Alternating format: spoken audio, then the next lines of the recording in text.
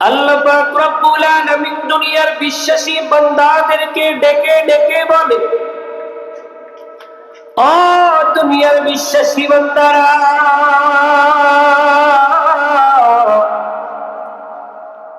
আমি মালিক তোমাদেরকে যে রিজিক দিয়েছি, এই রিজিকের মধ্য থেকে যেটা তোমার জন্য উত্তম সেইটা তুমি খাও, এবং এর পরে তুমি নেক আমল করো, ভালো কাজ করো। আল্লাহ তাআলা ভালো খাবার খাইতে বলছেন। এই ভালো খাবার দ্বারা উদ্দেশ্য মাছ মাংস দামি দামি জিনিস নয়, বরং এই ভালো খাবার দ্বারা উদ্দেশ্য হচ্ছে হালাল খাবার খাওয়া। আল্লাহ পাক রব্বুল আলামিন বলেন, গোলাম, দুনিয়ার জমিনে আমি মালিক তোমাকে যে রিজিক গুলো দিয়েছি, এই রিজিকের মধ্য থেকে যেটা তোমার জন্য হালাল তুমি সেইটা খাও, এরপরে তুমি নেক আমল করো। আমার ভাইরা, আমার বন্ধুরা, খাবারটা যদি হালাল হয়, ওই হালাল খাবারের বরকতটা কলবের মধ্যে পাওয়া যায়, ঠিক কিনা বলেন? বান্দার খাবারটা যখন হালাল হয়, ওই হালাল খাবারের মাধ্যমে বান্দার ঈমানটা শক্তিশালী হয়, বান্দার কলবটা নূর দ্বারা নূরান্বিত হয়, এবং বান্দার নেক আমলের প্রতি বেশি আগ্রহ জন্মায়। কিন্তু বান্দাটার খাবার যদি হারাম হয়, এই হারাম খাবার কারণে বান্দার কলবটা নষ্ট হয়ে যায়।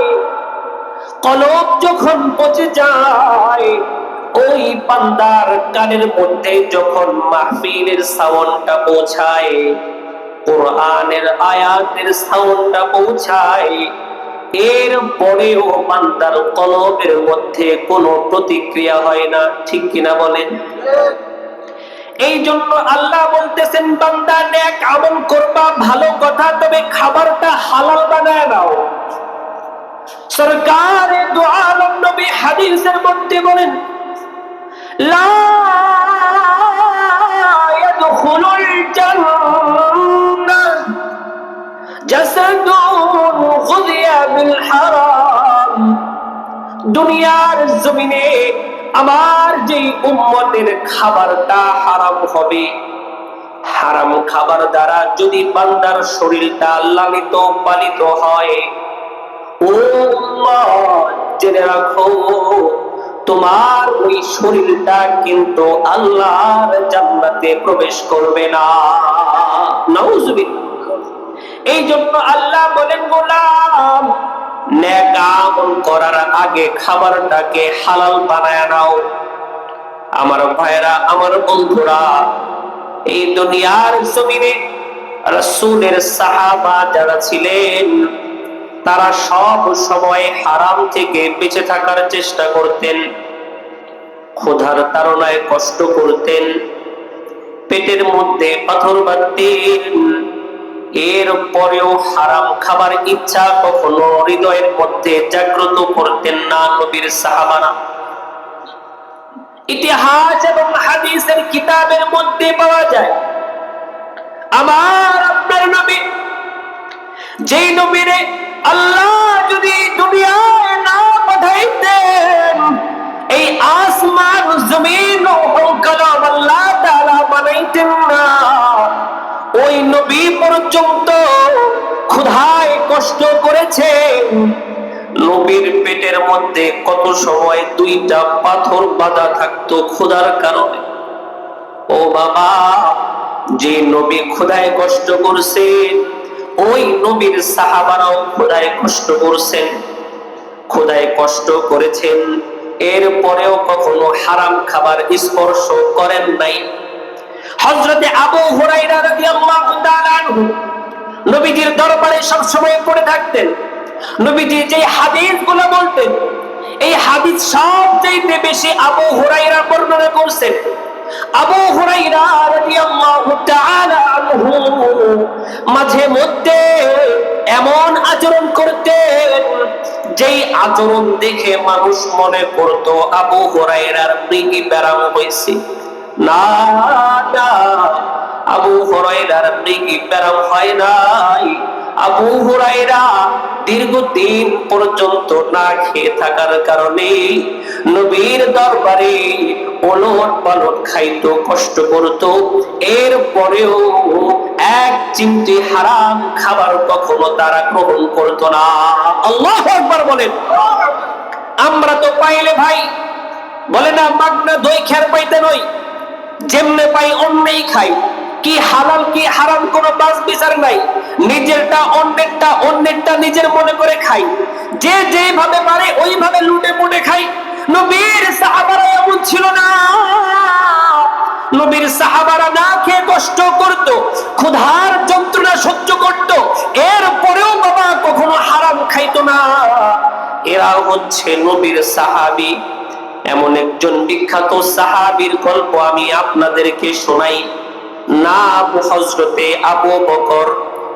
হযরতে আবু বকরের সততার কারণে আল্লাহর নবী তাকে সিদ্দিক উপাধিতে ভূষিত করেছিলেন। হযরতে আবু বকর সিদ্দিক রাদিয়াল্লাহু তাআলা ইসলাম গ্রহণ করার পূর্বে স্বনামধন্য এবং বিখ্যাত কাপড়ের ব্যবসায়ী ছিলেন। তার কাপড়ের ব্যবসার পরিধি অনেক বিস্তৃত ছিল। লক্ষ লক্ষ কোটি কোটি টাকার মালিক ছিলেন হযরতে আবু বকর।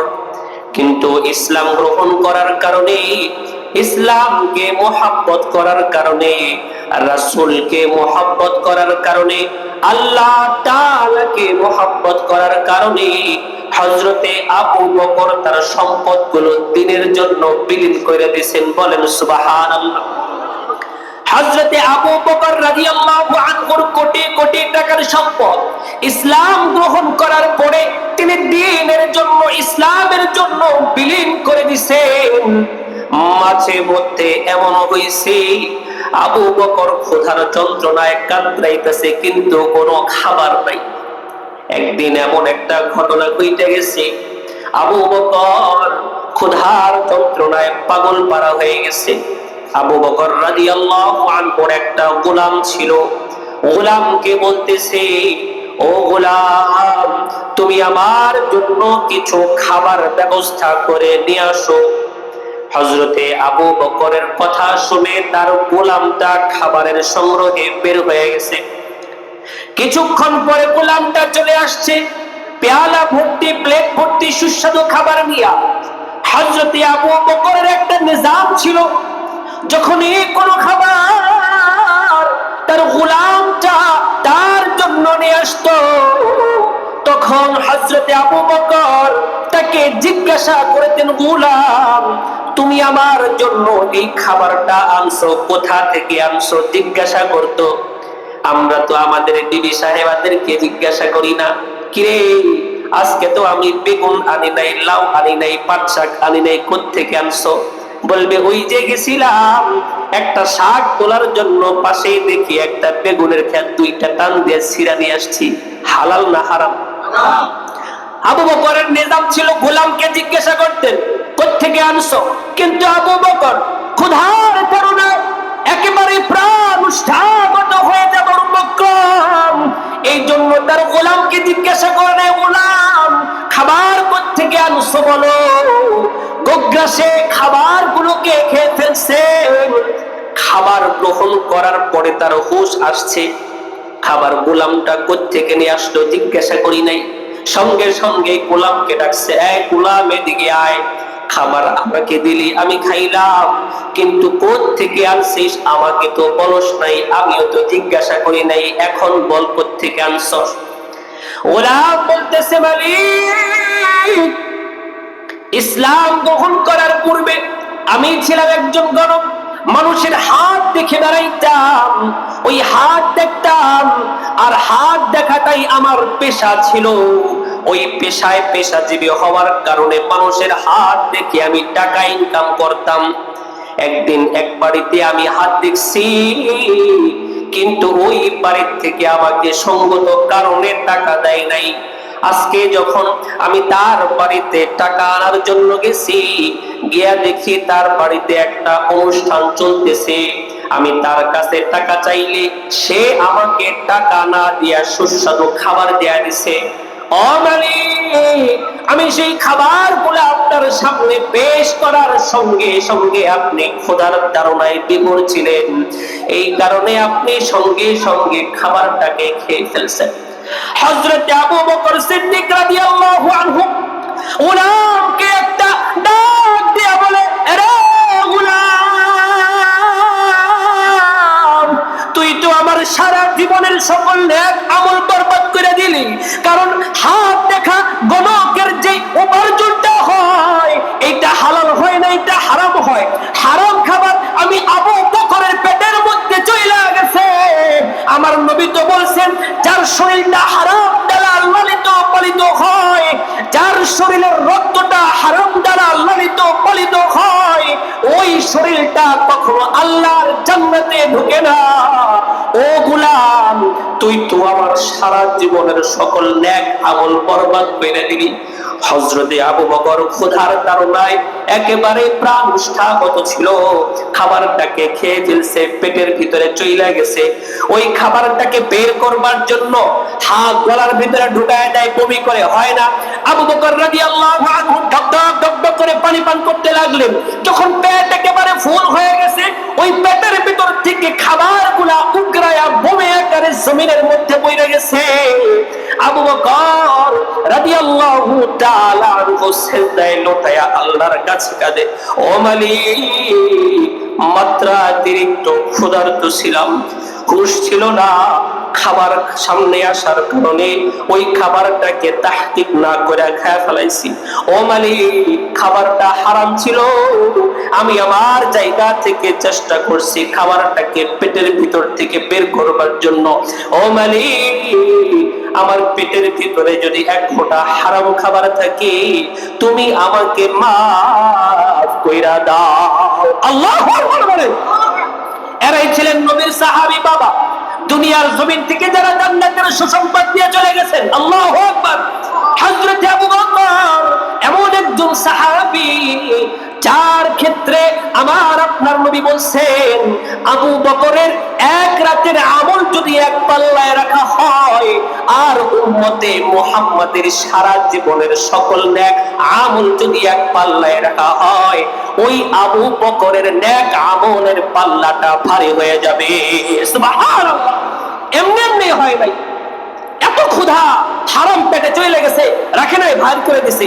আর আমরা চেষ্টা করি কেমন করে অন্যের সম্পদ আত্মসাৎ করা যায়, ঠিক কিনা বলেন? ভাই ভাইয়েরটা আত্মসাৎ করে, ভাই বোনেরটা আত্মসাৎ করে, সমাজের সবাই, একেবারে সবাই এই চিন্তায় থাকে। অথচ আল্লাহ বারবার করে বলেন, ইমানওয়ালা ইমানদার বান্দা, শোনো শোনো, আগে হালাল খাও, এরপরে নামাজ পড়ো। আগে হালাল খাও, এরপরে ওয়াজ করো। আগে হালাল খাও, এরপরে হজ করতে যাও। আগে হালাল খাও, এরপরে তুমি যত খুশি নেক আমল করো। কিন্তু তোমার পেটে যদি হারাম ঢুকে, আর ওই হারাম দ্বারা লালিত পালিত শরীর নিয়ে যদি তুমি আল্লাহর মসজিদে ঢুকে সিজদা দিতে দিতে কপালটাকে খাও কইরা ফেলাও, না বান্দা না, তোমার এই আমল আমি আল্লাহর আরশ পর্যন্ত পৌঁছাবে না।